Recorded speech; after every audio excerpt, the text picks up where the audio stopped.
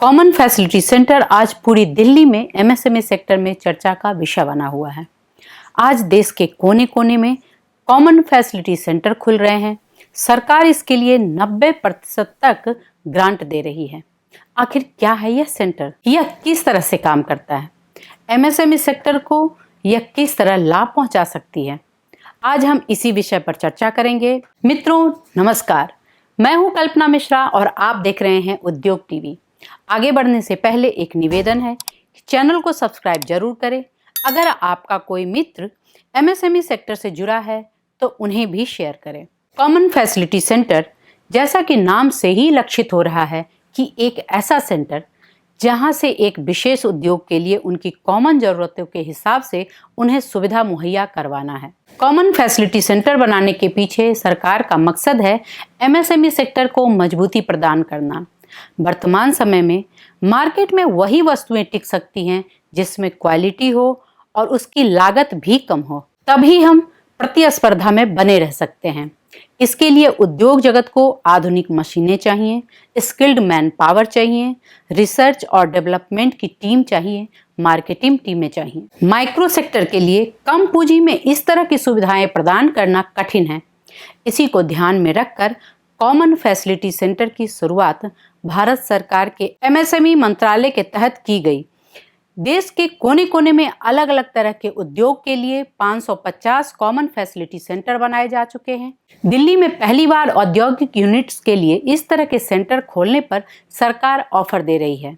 बवाना औद्योगिक क्षेत्र में 16,000 से भी अधिक अलग अलग तरह के माइक्रो यूनिट्स हैं। कॉमन फैसिलिटी सेंटर बनाने के लिए लगातार उद्योगपतियों के साथ सरकार मीटिंग कर रही है। पिछले दिनों बवाना चैम्बर ऑफ इंडस्ट्री के अतुल्य भारत कॉन्फ्रेंस हॉल में 7 अलग अलग सेक्टर के उद्योग जगत से जुड़े लोगों के साथ DSIIDC के वरिष्ठ अधिकारी श्री विजय कुमार जी के नेतृत्व में चर्चा के लिए मीटिंग की गई। आइए इन मीटिंग्स के जरिए कॉमन फैसिलिटी सेंटर को समझने का प्रयास करते हैं। Micro, small and medium enterprises Bharat की जीडीपी में 8% का योगदान देते हैं। अगर 100 रुपये भारत में पैदा होते हैं तो 8 रुपये हम एमएसएमई मिल करके यहाँ पैदा करते हैं। 10 करोड़ लोगों को हम रोज़गार देते हैं। 5 करोड़ यूनिट हैं हमारी पूरे भारत के अंदर। मेरे प्यारे मित्रों, ये बड़ी खुशी की बात है कि आप इस सीएफसी में पार्टिसिपेट करने के लिए पधारे हैं। मैं चाहूँगा अब आप श्री विजय कुमार जी जो हमारे यहाँ एमएसएमई में ये सीएफसी देने के लिए यहाँ पर आए हैं, याद रखिएगा देने के लिए आए हैं, और ये हमारी सक्षमता को जांचना चाहते हैं कि हम इसके लायक हैं या नहीं हैं। आपने प्रूव करना है कि बवाना इसके लायक है, सीएफसी हमें ही मिलनी चाहिए। तो मैं माननीय विजय कुमार जी से निवेदन करूंगा अपनी बातचीत करें। धन्यवाद प्रकाश जैन जी और एसोसिएशन से आए सभी हमारे साथीगण। ब्रीफ में जैन साहब ने आपको सब कुछ बता दिया कि आखिरकार कॉमन फैसिलिटी सेंटर का क्या उद्देश्य है, क्यों लगाना है और कैसे छोटी छोटी इंडस्ट्रीज़ ने दुनिया में जहाँ ये कंसेप्ट स्टार्ट हुआ ऐसे सेंटर्स लगे इंक्लूडिंग चाइना में, तो कैसे एमएसएमईज़ ने इसका फ़ायदा उठाया और कैसे ग्रो किया। नज़दीक में जाएं, इंडिया में तो खैर बहुत जगह लग चुके हैं, और नज़दीक में जाएं तो देखिए फुटवेयर इंडस्ट्रीज़ के लिए हमने बहादुरगढ़ में लगाया है। कुंडली के अंदर हमने स्टेनलेस स्टील यूटेंसिल्स मैन्युफैक्चरर्स के लिए लगाया है। करनाल में प्रिंटिंग एंड पैकेजिंग के लिए,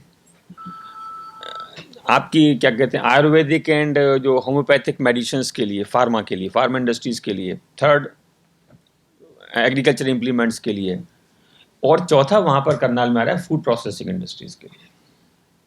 इस तरीके से मैं नियर बाई एरिया में आपको इसलिए बताना चाह रहा हूँ कि ये कॉमन फैसिलिटी सेंटर सभी एसोसिएशन के मेंबर्स ने बहुत ही सोच समझ के डिसीजन लिया और लगा करके किस तरीके से उनकी इंडस्ट्री की जो समस्याएं थीं, समस्याएं क्या थी, कैसे हमको world class die tool moulds हमको बहुत ही सस्ते दामों पे मिली जिससे हम चाइना या किसी से compete कर सकें। नंबर 2, हमारी वो टेस्टिंग फैसिलिटीज़ हमारे दरवाजे पे हों जो हमसे हमारा कस्टमर क्लाइंट मांगता है, वो सारी टेस्टिंग फैसिलिटीज़ लग गई। तीसरे जो हम वर्कर्स की बात करते हैं कि चिल्लाते हैं सब वर्कर्स हमारे जो हैं हम रिक्रूट करते हैं चले जाते हैं छोड़ के, तो ऐसे वर्कर्स को अपनी फैक्ट्री में ले जाने से पहले भैया ट्रेनिंग दे लें, क्योंकि वहाँ सारी मशीन्स लगी हुई, सारे इक्विपमेंट्स बनते हैं, सारी चीज़ें होती हैं। चौथी चीज़ जो बहुत इंपॉर्टेंट कि हम लोग सब अलग अलग रॉ मटेरियल खरीदते हैं, क्यों ना हमारा एक ऐसा सेंटर बन जाए, यही सेंटर हमारे लिए रॉ मटेरियल की रिक्वायरमेंट दे दें और मंथली बेसिस पे खरीदे, भाई खरीद के हमको दे दे। आज अगर 50 इंडस्ट्रीज का मटेरियल कोई ऐसा सेंटर ऑर्डर प्लेस करता है और एक साथ खरीदता है, तो आप सोच सकते हैं कि 5-10% तो बहुत आराम से एकदम। और यही चीज़ें आपकी छोटी छोटी चीज़ें जिसे कॉस्ट इफेक्टिव बनाती हैं। आप बहादुरगढ़ का ही सेंटर देखने जाइए, फुटवेयर में छोटी छोटी, चाहे वो ऑटो कंपोनेंट बनाने वाली वहाँ भी छोटी हैं, पर मैं एक एग्जाम्पल के रूप में कह रहा हूँ कि जो इंडस्ट्रीज थी वो छोटी छोटी इंडस्ट्री जो एक्शन शूज लखानी वगैरह के लिए मेटेरियल सप्लाई करती थी, यहाँ ऐसे भी ऑटो कंपोनेंट्स के ऐसे भी लोग होंगे जो लार्ज थोड़ा सा बड़े होंगे, जिनका के आइटम्स भी प्रोडक्ट्स भी बड़े होंगे, उनका टर्नओवर भी होगा, इन्वेस्टमेंट भी ज़्यादा होगा, तो वो कुछ माल माइक्रो यूनिट से बनवाते होंगे। देखिए किस तरीके से वो इंडस्ट्री ग्रो की। करनाल में प्रिंटिंग एंड पैकेजिंग करीब, मैं समझता था जब मैं छोड़ा था करनाल को 2016 में और 15-16 के करीब, वहाँ करीब 150 यूनिट्स थी, आज 300 के करीब हो गई हैं। और प्रिंटिंग एंड पैकेजिंग की जो इंडस्ट्री की जो ग्रोथ हुई है वहाँ पर, जो बेचारे वो सब लोग दिल्ली भागते थे आप लोगों के पास, अब यहाँ आने की जरूरत नहीं है। उन्होंने in house first class world class जिसे कहते हैं ना डिज़ाइन सेंटर बनाया है, जहाँ सिर्फ प्रिंटिंग की डिज़ाइन होती है और डिज़ाइन करा के छोटे छोटे यूनिट्स वाले आते हैं 1/4 दाम में, यानी 1/4 दाम में आप लोगों से के, और दिल्ली नहीं आना पड़ता, 1/4 दाम में घर बैठे उससे बढ़िया डिज़ाइनिंग करा के ले जाते हैं। सब तरीके की डिजिटल प्रिंटिंग से लेके सब कुछ है वहाँ। 8 कलर प्रिंटिंग मशीन, अगर किसी ने जॉब वर्क कराना है, अच्छा भाई ठीक है, डिज़ाइन भी करा लिया प्रिंटिंग, वहाँ प्रिंटिंग की मशीन्स लगी हुई हैं, करा के ले जाओ जॉब वर्क। कार्डबोर्ड बॉक्सेस, पहले वहाँ कुछ कोई फैसिलिटीज़ नहीं थी, अब 3 प्लाई 5 प्लाई 7 प्लाई के कार्डबोर्ड बॉक्सेस, देखिए आप सोचिए कि किस लेवल पे कार्डबोर्ड बॉक्स बनने लगे। और वो हाई कैपेसिटी प्रोडक्शन मशीन्स लगाई है, क्योंकि वो किसी एक छोटी इंडस्ट्रीज के लिए रॉ मटेरियल भी है। 35 से 40 टन 8 घंटे में बनता है 5 प्लाई और 7 प्लाई का। छोटे छोटे बेचारों के टेम्पो खड़े रहते हैं, माल कटता जाता है, ले जाते हैं अपनी फैक्ट्रियों में, अपना यूज़ करते हैं, कार्डबोर्ड बॉक्स बनाते हैं, सप्लाई करते हैं।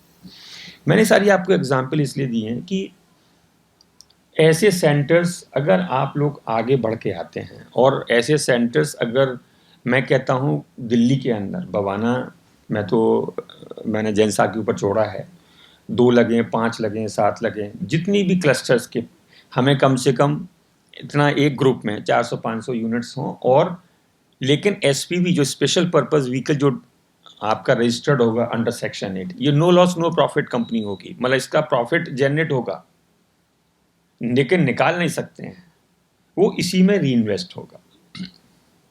और री इन्वेस्ट करने का मतलब ये, भाई आज मशीन कुछ और थी, भाई 6 महीने बाद किसी और मशीन की जरूरत पड़ गई, किसी और टेस्टिंग फैसिलिटीज की जरूरत पड़ गई, कोई नई चीज़ आ गई, आपने क्रिएट करनी है।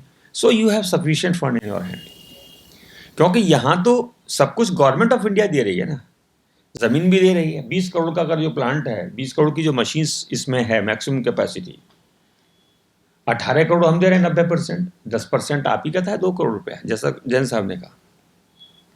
लेकिन फुटवेयर वालों ने जब ये सेंटर लगाया तो उन्होंने कहा सर हमारा 20 करोड़ में गुजारा नहीं हो रहा, शायद हमारी मशीन 24-25 करोड़ में चली जाएंगी, लेकिन हमारा सेंटर अपने आप में वर्ल्ड क्लास होगा। तो जो 6-7 करोड़ रुपया था सभी मेंबर्स ने बांट लिया।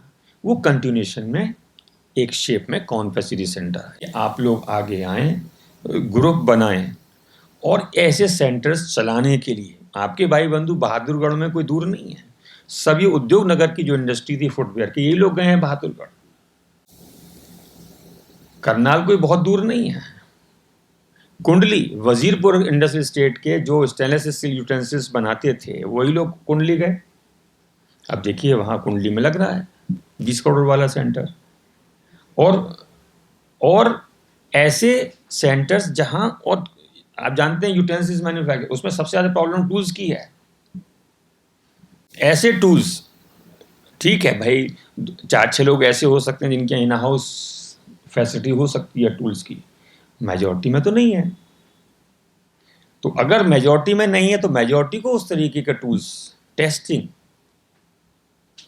ये सारी चीज़ें करने का, ट्रेनिंग का, रॉ मटेरियल, मैंने कहा रॉ मटेरियल खरीदने के लिए, एक बैंक बनाने का, ये सारी चीज़ें हम लोग करें।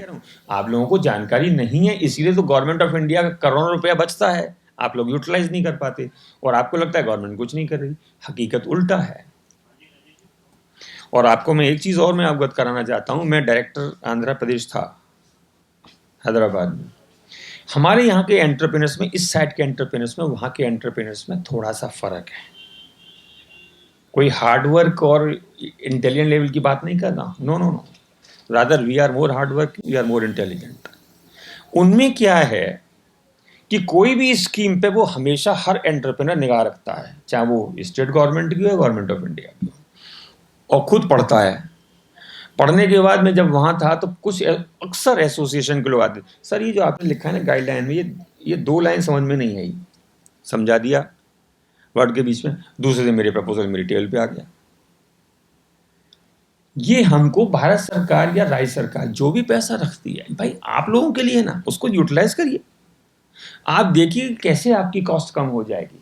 अल्टीमेटली इतना पैसा लगने के बाद अगर कॉमन फैसिलिटी सेंटर लगता है, आपकी तो जो डाई कॉस्ट, मान लीजिए कोई 5 लाख का बनवाता था या 10 लाख की डाई जो कॉस्ट होती थी इस किसी की, वो तो 50% में मान लो 5 लाख में, आपका तो 5 लाख बच गया ना।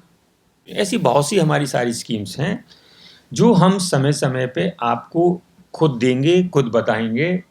और जब ऐसे सेंटर्स खुल जाएंगे, एक रिक्वेस्ट मेरी जो और भी है थोड़ा सा, आप लोग, आप जैसी एसोसिएशंस जो आंध्रा तमिलनाडु में हैं, वो एक आदमी ऐसा रखते हैं अपनी एसोसिएशन में जो एमएसएमई एक्सपर्ट होता है। Please recruit 1 person, I am not saying recruit, please keep 1 person, कोई भी है, और 100 लोग हैं। अब टेक्सटाइल मान लो है, तो टेक्सटाइल यूनिवर्सिटी वालों ने मालूम क्या किया है, टेक्सटाइल एसोसिएशन ने, उन्होंने 1-2 आदमियों को सिर्फ टेक्सटाइल का रखा है, जो हिंदुस्तान के नहीं दुनिया की टेक्सटाइल की हर चीज़ को वो एसोसिएशन के सभी मेंबर्स को भेजते हैं। एडवांटेज है, आप लें ना लें, लेकिन आपकी जानकारी आपके दरवाजे पे आ रही है। Food processing industry, food processing खाली दाल मिल और मसाले वाली नहीं है, फूड प्रोसेसिंग बहुत बड़ा स्पेक्ट्रम है। अगर फूड प्रोसेसिंग ये हो कि सर मिडिल ईस्ट की ये रिक्वायरमेंट है, लैटिन अमेरिकन कंट्रीज़ की ये रिक्वायरमेंट है, एशिया की ये रिक्वायरमेंट है, हिंदुस्तान के अंदर फूड प्रोसेसिंग इंडस्ट्री ये सब चीज़ के लिए ये XYZ ABCD इतनी सारी स्कीम्स चलाती है जिसमें आपको इतना पैसा अवेलेबल है, तो मैं समझता हूँ कि आप क्यों नहीं उस पैसे को फ़ायदा उठाएंगे, क्योंकि ये कम्युनिकेशन गैप है। और इस कम्युनिकेशन गैप को दूर करने के लिए जैन साहब ने बहुत सही बात की, इसीलिए हम लोग आए हैं यहाँ पर कि ऐसे सेंटर्स लगें, ये पैसा यूटिलाइज हो, और इन सेंटर्स को हम किसी एक अलग चीज़ में कन्वर्ट करके जो रियल सेंस में एसोसिएशन की प्रॉब्लम्स हैं, die tool, mould testing, training, ये तो है ही है, साथ के साथ एक्सपोर्ट है, मार्केटिंग है, स्किल डेवलपमेंट है, वो सब हम चीज़ दूर कर सकें। ज़्यादा समय ना लेकर के मैं आपको यही कहूँगा, आइए हम सब लोग मिल करके इसमें आगे बढ़ें और आप अपना एक्सेप्टेंस दें, तो हम शायद ऐसे कॉमन फैसिलिटी सेंटर लगा ले जाएंगे। और क्वेश्चन आंसर के लिए I open the platform to you. Thank you very much. Sir ने बहुत बहुमूल्य जानकारी प्रोवाइड की है। मैं 1 मिनट में सम अप करना चाहूँगा। जो CFC सेंटर बनेगा, कॉमन फैसिलिटी सेंटर, उसमें आपके प्रोडक्ट को टेस्ट करने के लिए हम लैब लगाना चाहेंगे। जो आप रॉ मटेरियल खरीद रहे हैं उसकी भी, और जो आपका तैयार प्रोडक्ट बन रहा है उसकी भी टेस्टिंग अगर होगी तो आप फ़ख्र से अपने माल को बेच पाएंगे। और आप कभी भी किसी धोखे में नहीं आएंगे कि कोई व्यक्ति आपको खराब रॉ मटेरियल भेड़ देवे, कहे कुछ देवे और दे कुछ देवे, तो आप उससे बच पाएंगे। इसी भांति जब आपका माल तैयार हो जाएगा, रेडी प्रोडक्ट, कितनी स्ट्रेंथ ले सकता है, कितनी वो रोशनी फेंकेगा, कितनी वो उसमें टर्निंग में एक्यूरेसी है, कितनी क्या चीज़ है, वो सब आप जब लैब से टेस्ट कराएंगे तो आपको परफेक्टली पता लगेगा और आप किसी भी कस्टमर के धौंस में नहीं आएंगे जब आपको अपनी क्वालिटी का बारे में पता होगा तो आप किसी से दबेंगे नहीं, और आपका जो ट्रेडमार्क है आप फक्र से कह सकेंगे भैया इस ट्रेडमार्क की कोई भी आइटम खराब नहीं मिलेगी। आप बेशक टेस्ट करा लो, क्योंकि ऑलरेडी आप टेस्ट करा चुके हैं। दूसरी बात, वहाँ पे एक डिस्प्ले विंडो बना सकते हैं, सब मिल करके अपने ग्राहक को वहीं बुला सकते हैं, सभी की भी प्रोडक्ट्स दिखा सकते हैं। वो सेंटर आपका अपना है, उसमें बाहर किसी की इंटरफेरेंस नहीं है। वहाँ जो मशीनरी लगी है पहले वो आपके लिए इस्तेमाल होगी, उसके बाद स्पेयर टाइम बचता है तो बाहर वाले उसको यूज़ कर सकते हैं। आप उसके लिए रेट तय कर सकते हैं, प्रावधान बना सकते हैं। वहाँ पर जो भी रिसर्च एंड डेवलपमेंट होगी उसके मालिक आप हैं। अगर 20 आदमी कॉमन एक ही ट्रेड के मिल करके कोई रिसर्च सेंटर बनाते हैं वहाँ पर, और कोई नई प्रोडक्ट डेवलप करना चाहते हैं, नई डिज़ाइनिंग करना चाहते हैं, तो वहाँ पर आप उपयुक्त स्टाफ अपॉइंट कर सकते हैं और उससे फ़ायदा उठा सकते हैं। आप समझिए कि 5 करोड़ रुपए लगा के आप 50 करोड़ रुपए की चीज़ से बेनिफिट उठा रहे हैं, तो स्वाभाविक रूप से उस CFC से 20 व्यक्ति तो लाभान्वित होंगे ही होंगे। उसके अलावा स्पेयर कैपेसिटी में दूसरे लोग जो हैं वो भी लाभान्वित होंगे। आपके मन में कोई भी शंका हो, कोई भी इंक्वायरी हो, कुछ भी आप जानना चाहते हो, मेरा नम्र निवेदन है निश्चिंत होकर के ये मान करके कि आपके बड़े बैठे हैं, अफसर ना मानिए, ये मानिए कि आपके बड़े भाई बैठे हैं, आप कोई भी प्रश्न पूछिए। सर, लास्ट में आपने कहा था कि MSME की गहराइयों में जाकर कुछ सीखना चाहिए, उसको सीखने के लिए क्या करना? आज की तारीख में जागरूकता करने के लिए बेटी ये जो मोबाइल है ना, इसमें अगर गूगल में MSME टाइप कर दें, सिर्फ MSME, तो हमारी वेबसाइट खुल जाती है। उस हमारी वेबसाइट पे सब कुछ दिया हुआ है जो भारत सरकार आपको करना चाहती है। अगर स्टेट वाइज आप टाइप कर दें दिल्ली सरकार इंडस्ट्रीज, वो खुल जाएगा। तो मेरा आपसे सिर्फ इतना, इसीलिए मैंने ये बात कही कि जिन एसोसिएशंस ने अपने यहाँ एक आदमी को MSME के लिए ट्रेंड और एक्सपर्ट रखा है, ये सवाल आप शायद हमसे नहीं पूछते और हमसे ज़्यादा आपको जानकारी होती। तो ऐसी नॉलेज के लिए सर आप अपने इन हाउस, मेरा अब तो मतलब फिर भाई बात आएंगे, जैसा आप कहेंगे मेरे को आ गई, क्योंकि अब भाई 20 में पिता में हैं चैम्बर के, तो फिर जिम्मेदारी लेनी होगी। ऐसा करें, साउथ में तमिलनाडु और आंध्र प्रदेश वगैरह में जो एसोसिएशंस हैं, उनका ज़्यादा से ज़्यादा पैसे का इस्तेमाल करना भारत सरकार का और अपनी अपनी राज्य सरकारों में, वो ऐसे लोगों को रखते हैं, कोई बहुत कॉस्ट नहीं होती है इसकी, रखते हैं, उसका इस्तेमाल करते हैं और उनको लेटेस्ट जानकारी पूरी होती है। अब जैसे मैं आपको कहूँ, भारत सरकार ने 3 साल पहले, आप यकीन नहीं मानूंगा, कि MSME कोई यूनिट ट्रेडमार्क रजिस्टर्ड करा लेती है, ट्रेडमार्क अपना। भाई ठीक है, छोटा अमाउंट है ट्रेडमार्क बहुत, लेकिन 10,000 रुपया हमें बस अपना ट्रेडमार्क की कॉपी भेज दो, अपना एक चिट्ठी भेज दो, हम आपके अकाउंट में 10,000 रुपये ट्रांसफ़र कर देंगे। किसी को कुछ पता ही नहीं है। पेटेंट के लिए बात आई थी, भाई आप नई नई चीज़ें आप लोग पेटेंट मतलब किसी आपके बायर ने कहा कि भाई एक आइडिया दिया कि भाई ये बना दो और आपने बना दिया, वो वास्तव में कोई चीज़ नई बन गई। तो 1 लाख से लेके 5 लाख रुपए तक आपको कैश सब्सिडी है। तो ये सब जानकारी कहाँ से आएगी जब आप ऐसा एक डिवीज़न, एक ही आदमी से ही, उसका काम ही सिर्फ ये है कि वो डेली 8 घंटे या जो भी आप वो करें और सारी जानकारी लेके मेंबर्स को, आजकल तो ईमेल का ज़माना है, व्हाट्सएप का ज़माना है, कि भाई भारत सरकार की ये स्कीम आ गई, फूड वालों के लिए भारत सरकार की स्कीम, टेक्सटाइल वालों के लिए ये आ गई, ऑटो कंपोनेंट्स के लिए ये आ गई, रबर के लिए ये आ गई, जो भी है हैंडीक्राफ्ट के लिए ये आ गई, आपको घर बैठे जानकारी मिल रही है। इसमें जो भी आएगा प्राइवेट लोग ही आएंगे या कोई गवर्नमेंट इंस्टीट्यूट भी आएगा, क्योंकि टेस्टिंग की बात बार बार आ रही है। तो बवाना के आसपास कहीं भी कोई टेस्टिंग गवर्नमेंट की लैब नहीं है। जैसे ICAT हमारे ऑटो इंडस्ट्री में चल रहा है, उसके अलावा कोई अप्रूवल है नहीं ICAT के अलावा, तो वो सिर्फ पुणे में है, या एक मानेसर में एक या ICAT 2 ही लोग अप्रूव करते हैं पूरी ऑटोमोबाइल इंडस्ट्री में। तो हम चाह रहे हैं कि कोई ऐसा इंस्टीट्यूट इधर आए जो हमारा हर चीज को टेस्टिंग कर सके। उसकी इतना हम कर सकते हैं कि आपकी जो टेस्ट लैब लगेगी, मान लीजिए उसका एक्रेडिटेशन हम करा देंगे, एनेबल एक्रेडिटेशन हम करा देंगे, पहला। दूसरी चीज़, अगर ऐसा कोई इंस्टीट्यूट आईकेट टाइप जैसे आपने बताया है, we will talk to them.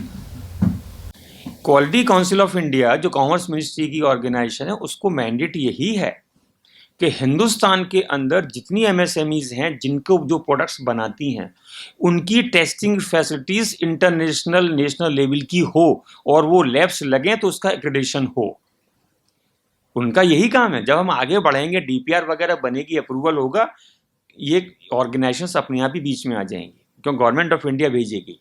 कोई ऐसा कॉमन फैसिलिटी सेंटर ऑलरेडी चल रहा है दिल्ली में? दिल्ली में दो चीज़ के लिए अप्रूवल हो गया, यानी बादली में ऑटो कंपोनेंट्स के लिए और बवाना में फूड प्रोसेसिंग इंडस्ट्रीज के लिए। अगर बिल्कुल चलता हुआ आपने कल ही देखना है तो नियर बाई बहादुरगढ़ में है फुटवेयर इंडस्ट्रीज के लिए। इस पूरी स्कीम के अंदर सर क्या रोल रहेगा? बेसिकली क्या है कि जैसे मैं एक देख रहा हूँ कि जीटी भारत में एक पार्टनर है डीएसआईडीसी, वो तो समझ सकते हैं कि भी वो एक लैंड अलॉटमेंट उनके पास है। सिडबी में देख पा रहा हूँ यहाँ पे एमएसएमई तो डेफिनेटली एक सेंट्रल गवर्नमेंट की बहुत बड़ी ऑर्गेनाइजेशन मिनिस्ट्री इसको रन कर रही है। तो इसको इम्प्लीमेंट करने के टाइम पे एक स्पेसिफिक इंडस्ट्री से बेसिकली यहाँ पे हम हमारा चैम्बर ऑफ कॉमर्स के अंदर बैठ के हम काम कर रहे हैं। तो कुछ ऐसे हमारे पार्टनर्स हैं, शायद वो इस एरिया के अंदर नहीं है, किसी का पटपुरगंज में कोई फैक्ट्री है, शायद किसी की किसी दूसरे हैं दिल्ली के ही वो लोग। तो क्या वो लोग इसके अंदर पार्टनर बन सकते हैं? और इसके अंदर इम्प्लीमेंट करने के अंदर क्या एक बड़ा चैलेंज हमारे सामने हो सकता है? देखिए, दिल्ली में चाहे वो पटपड़गंज में है, चाहे वो वजीरपुर में है, चाहे वो कहीं पर भी है, unit should be in Delhi, proper should be from Delhi, और वो एसपीवी का या उसके मेंबर का कहीं भी कोई भी आदमी फैसिलिटी उठा सकता है। और ये नहीं है कल को गुड़गांव फरीदाबाद वाले सेंटर लग जाते हैं, वो कहते हैं भाई हमको बवाना जाना है, काम ही हमारा, आ जाओ चल के ना। So any unit, MSME unit from Delhi or outside Delhi, they can take the facilities, लेकिन एसपीवी में मेंबर्स ओनली लोकल दिल्ली के ही होंगे। SPV has to be only run by the local Delhi entrepreneurs. अब आपने पूछा कि जीटी भारत, देखिए ग्रांट थॉर्टन से हमारे दोनों साथी हैं। ग्रांट थॉर्टन एक मल्टीनेशनल कंपनी है presence is more than 50-60 countries if I am not wrong, right. Grant Thornton एक कंसल्टेंसी ऑर्गेनाइजेशन है जो एडवाइस कर रहे हैं सिडबी के साथ मिलकर के। सिडबी एंड जीटी है साइन एन एमओयू, और सिडबी ने हमारे साथ एमओयू साइन किया दिल्ली सरकार के साथ कि हम आपको इन चीज़ों में क्लस्टर वगैरह के डेवलपमेंट में एडवाइस करेंगे। और कैसे एडवाइस करेंगे? क्योंकि जीटी के पास ये एक्सपर्टाइज अवेलेबल है। तो दो officers, mister Anil Bhattacharya and mister Sandeep Sharma, they are working on behalf of SIDBI with Delhi government. समझ रहे हैं ना? तो ये हमको, जैसे अब आपकी डिटेल प्रोजेक्ट रिपोर्ट बनेगी, डीपीआर बनेगी, जब डीपीआर बनेगी उसमें अक्सर अगर आप इनसे बनवाएंगे तो बात ही खत्म होगी। ये तो एसपीबी को डिसाइड करना है, तो फिर तो ये अपने हिसाब से बनाएंगे और दे विल सी कि भाई ये बिल्कुल एकदम।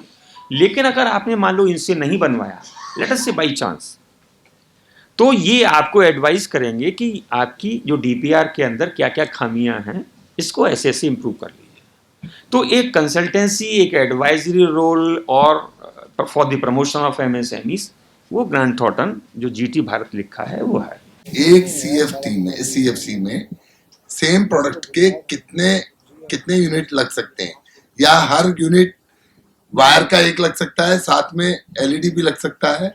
ऐसी मशीन्स लगेंगी तो आप जानते हैं उनके मोल्ड्स और डाई टूल्स की क्या एक्यूरेसी लेवल होगी। तो ये काम अगर मैं बाहर 5 लाख का करता था या 10 लाख का कराता था, वो काम तो मेरा 10 वाला 5 में हो गया, 5 वाला 2.5 में हो गया, डायरेक्ट बेनिफिट मिला।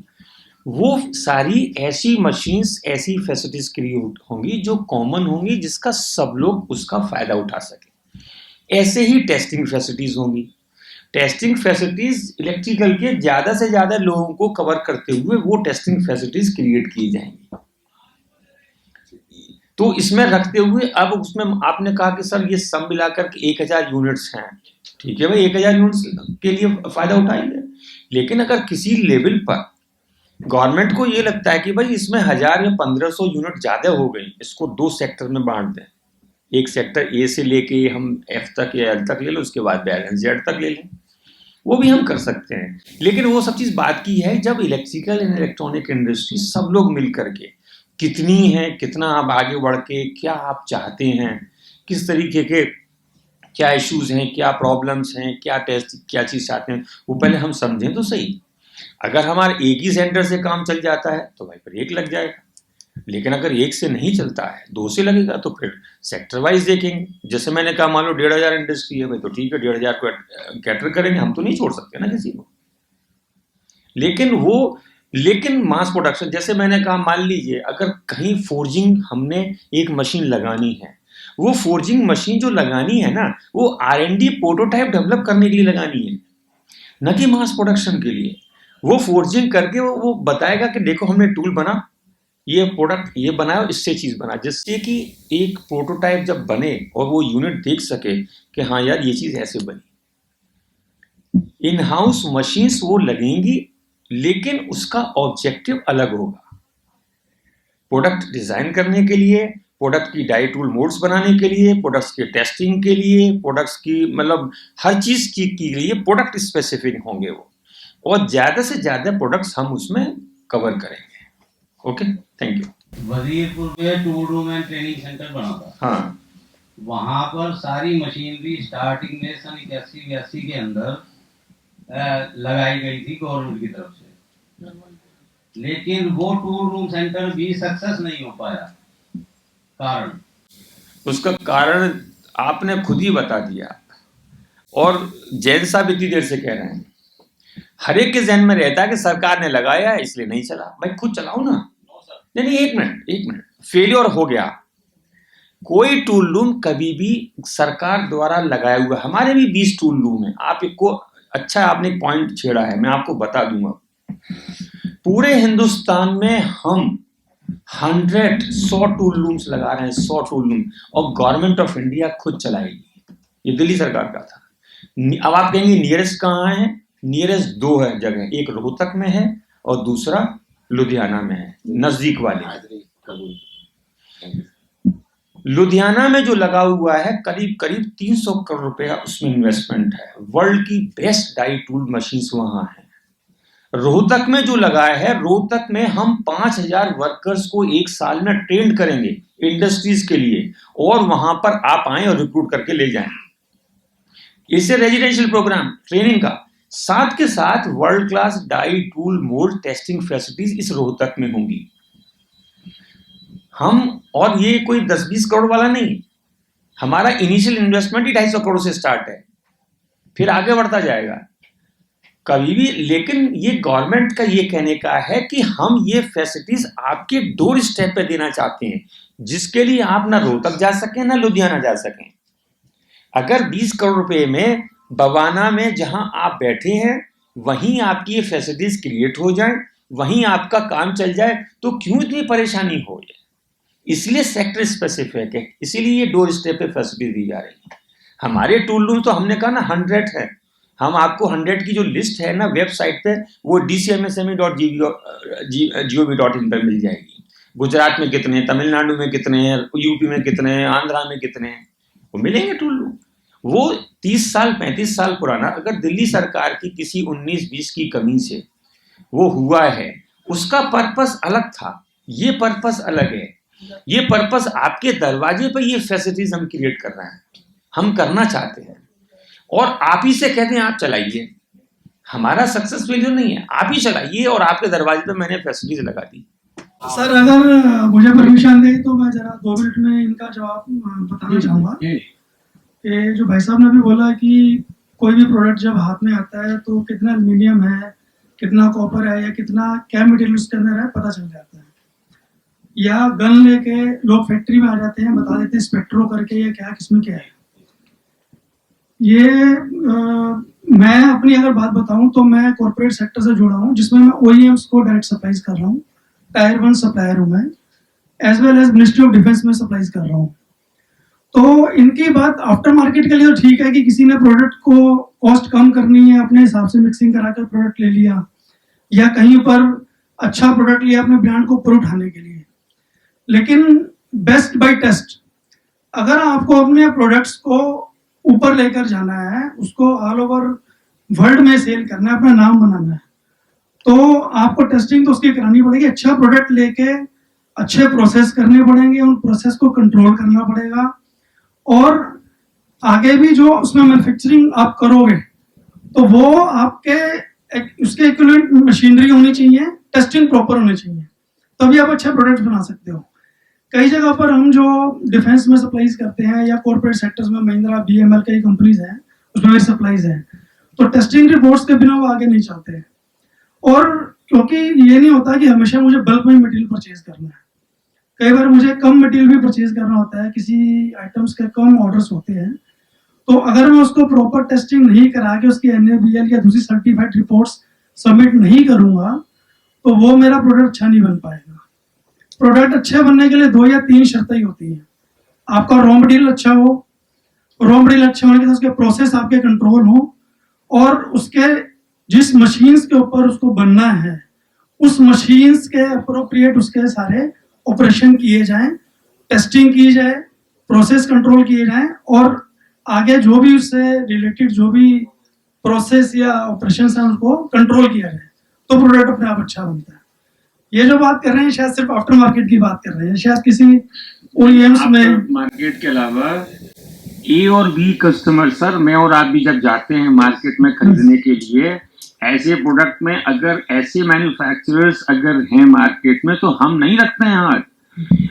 आज की तारीख में सर 100 रुपए से लेके 10,000 रुपए तक इवन हर छोटे से छोटा आदमी जाता है खरीदने के लिए, वो आंखों से देख लेता है कि यार कौन सी चीज, अगर किसी दुकान वाले ने 3 चीजें पकड़ा दी तो वो देख लेता है कि इसमें कौन सी चीज अच्छी है। हम यहाँ ये इसीलिए बैठे हैं कि ऐसे एंटरप्रेन्योर जिनके जहन में ये बात है कि जैसे यार कोई टेस्ट नहीं कराना या चल रहा है मेरी पहचान नहीं है, टाइम बदल गया, टाइम बदल रहा है। ऐसी यूनिट्स आगे आने वाले समय में, मैं थोड़ा सा कड़वा बोल रहा हूं, नहीं सरवाइव कर पाएंगी। आप अगर ये सोचते हैं कि आज सरवाइव कर रहे हैं, आपको चेंज करना ही होगा, या ऐसे मार्केट में आप चले जाइए जिस मार्केट में कोई पूछता ही नहीं है।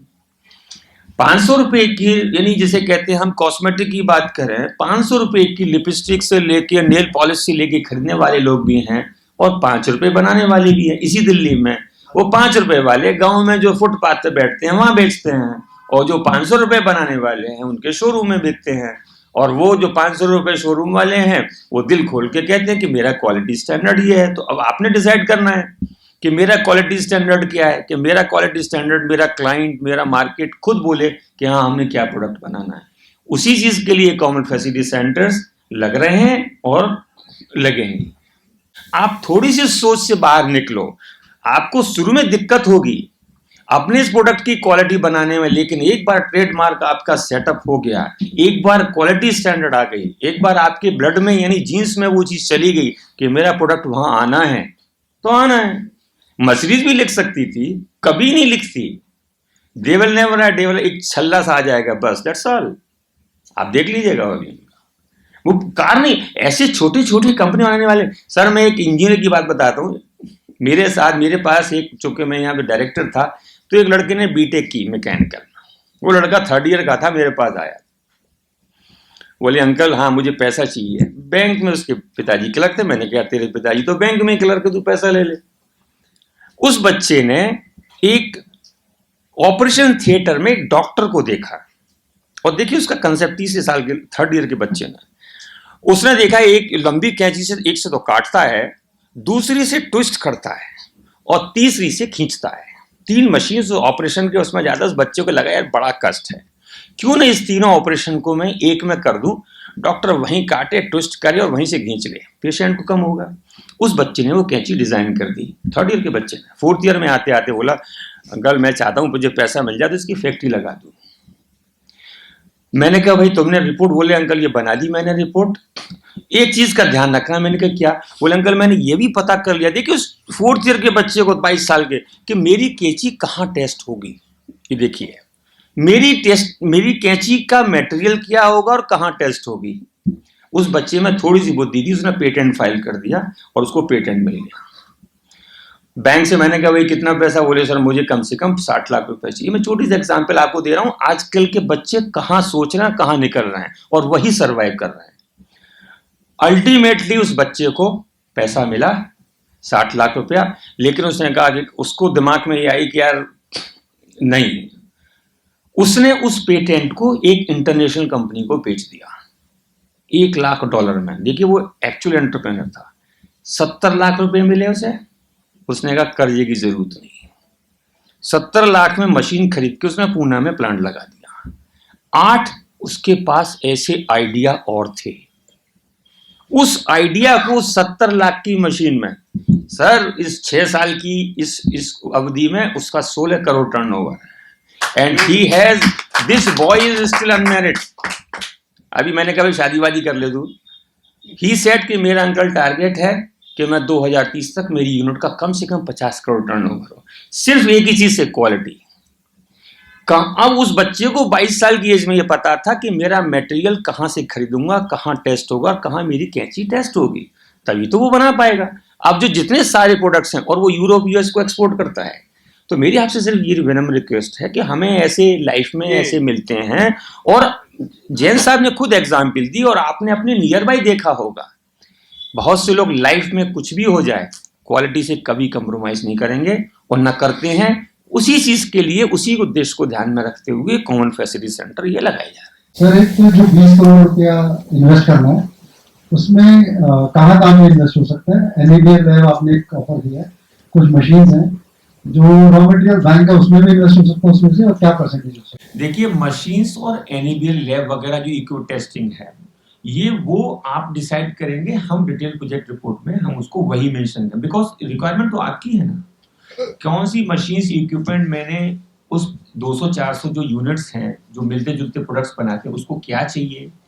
ऐसे ही टेस्टिंग का है कि मुझे टेस्टिंग अगर करना है तो कौन कौन सी टेस्टिंग फैसिलिटीज मुझे लगानी है, तो ये आपने डिसाइड करना है। इसका डायरेक्टर बनने के लिए क्वालिफिकेशन क्या है? किसका डायरेक्टर बनने के लिए? सीएफसी का?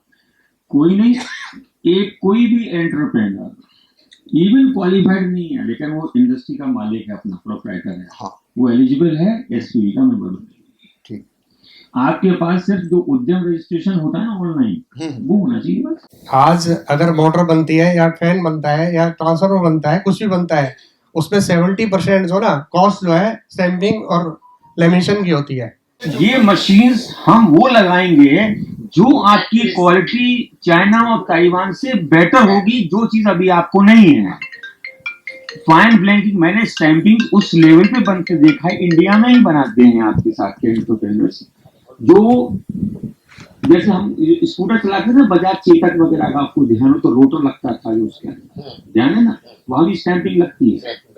वो स्टैंपिंग को डिजाइन करने में और उस मशीन्स को यूज करने में सारे प्रेसेस होते हैं। अब आपके साथ प्रेस तो प्रेस नहीं है, उस लेवल की जो प्रेस लगेंगे, जो एक्यूरेसी 1 या 2 माइक्रोन पे देगा, वो कंसिस्टेंटली देगा, सालों तक देगा, 0 देगा। वो स्टैंपिंग आप चाहे यहाँ हिंदुस्तान में बेच लीजिए, चाहे चाइना में बेच लीजिए, आपकी कॉस्ट भी नहीं होगी, सस्ता होगा, उससे अच्छा होगा। एक्चुअल क्या, जो स्मॉल स्केल इंडस्ट्री है, काफ़ी जो सीलिंग फैन है अभी 2021 दिसंबर तक मैंडेटरी होने जा रहा है BEE में। तो ये मैनिफेस्ट क्या है, जो 50 वाट पंखा था आज की डेट में वो 30 वाट पंखे में आ चुका है BLDC, क्योंकि ना गवर्नमेंट चाहता है एनर्जी सेविंग, बिजली बचत होना चाहिए। तो इस दौरान पे हमने जो BLDC पंखा डेवलप होना जरूरी है, क्योंकि ना ये जो आम पंखा बन रहा है ये कल की डेट में क्यों ना मार्केट प्राइस की वजह से और बिजली खपत वजह से बंद होने जा रहा है, तो इसको डेवलपमेंट किया जाए। मैंने आपको पहले ही कहा कि जो नए पंखे डिजाइन होंगे हम उसको खुद करवाएंगे।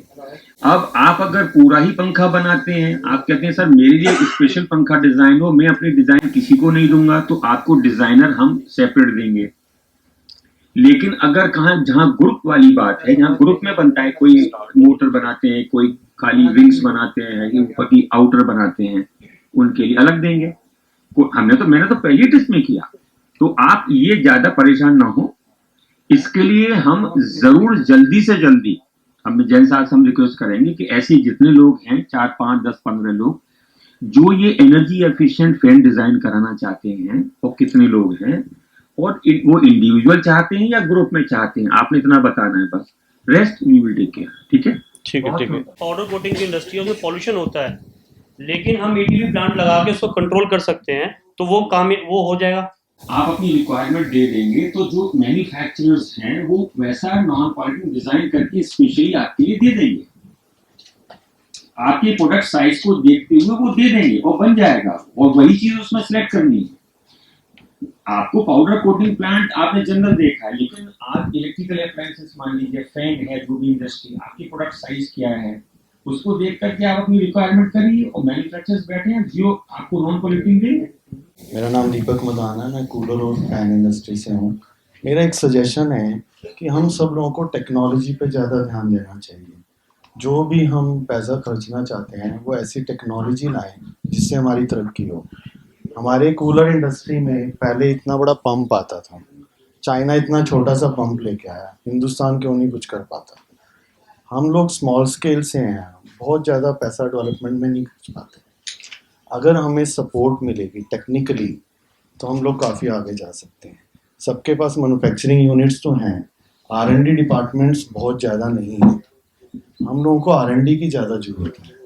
आप एग्जांपल के लिए कूलर इंडस्ट्री में मैंने जैसे आपको बोला, इतने बड़े पंप से हम छोटे में आए, चाइना से सैंपल उठा के लाए, 2 साल लग गए डेवलप करने में। क्यों हिंदुस्तान क्यों नहीं कर सकता? क्योंकि हमारे को फैसिलिटीज़ नहीं मिलती। मैंने शुरू में ही कहा कि हम आपको फैन, मोटर पंप्स वगैरह, आपने कहा साहब एक छोटी सी पंप चाइना डिजाइन कर सकता है, आप यकीन नहीं मानिए, मैंने फुटवेयर की एग्जांपल दी सर। आप ही जैसे एंटरप्रेन्योर्स जी, और एक दो नहीं हजारों में, हमको सिर्फ यह है कि हमारी आंखों के सामने वो चीज नहीं निकली। जो ये चीज आप ऐसे प्रोडक्ट चाहते हैं, ऐसे कॉमन फैसिलिटी सेंटर में मशीन इक्विपमेंट में प्रोफेशनल हायर करें जो कंटिन्यूस R&D हो, और R&D होकर उसमें चूंकि कुछ स्कीम्स हमारी वो पैरेलल रहती हैं, हम एडिशनल फंडिंग भी आपको करेंगे उसमें। इस 20 करोड़ के बाद I am talking only design and development prototype centre